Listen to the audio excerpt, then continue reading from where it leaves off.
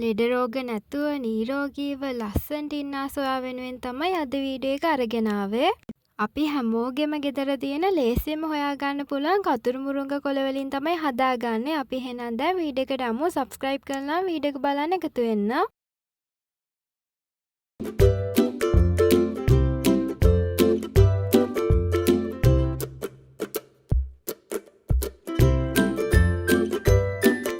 ඔයා මීට කලින් දැනගෙන හිටියද කිරිවල තියෙන කැල්සියම් ප්‍රමාණයට සමානම කැල්සියම් ප්‍රමාණයක් කතුරු මුරුංග කොළවලත් තියෙනවා කියලා?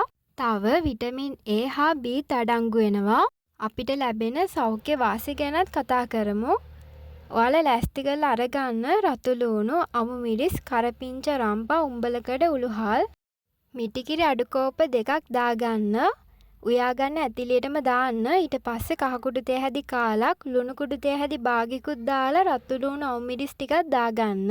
කතුරු මුරුංග වලට පුළුවන් අක්මා රෝග, ඇස් රෝග සුව කරලා දෙන්න. කිරි හොද්ද ලිපේ තියාගන්න ඕනේ නටනකම්ම. මං දැන් ලිපේ තියාගන්නවා. කතුරු මුරුංග වලට පුළුවන් අක්මා රෝග, ඇස් රෝග සුව කරන්න. ඒ වගේම කට, දිව ආශ්‍රිත තියෙන උෂ්ණ බිබිලි සුව කරන්නත් පුළුවන් බිත්තර 2ක් මං දාගන්නවා. හොද්ද නටාගෙන එනකොට බිත්තර දාගන්න. මම බිත්තර 2ක්ම දාගත්තා. පිළිකා ඇතිවීම වළක්වනවා, මතක ශක්තිය වැඩි කරනවා, අපේ සම පැහැපත් කරන්නත් උදව් කරනවා. ඒ වගේම තව සෙම් රෝගත් සුව කරලා දෙනවා. දැන් කතුරු මුරුංග කොළ ටිකක් දාලා කලවම් කරන්න. මේ දේවල් ටික විතරයි අපිට කරන්න තියෙන මේ කිරි හොද්ද හදාගන්න.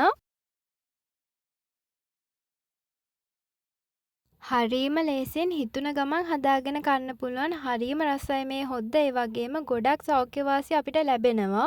හරි, ඔන්න දැන් අපේ කතුරු මුරුංග කිරි හොද්ද වලට සම්පූර්ණයෙන්ම ඉවරයි. ලෙඩ රෝග නැතුව ලස්සනට ඉන්න කැමති ඔයා අනිවාර්යයෙන්ම හදාගෙන කන්න.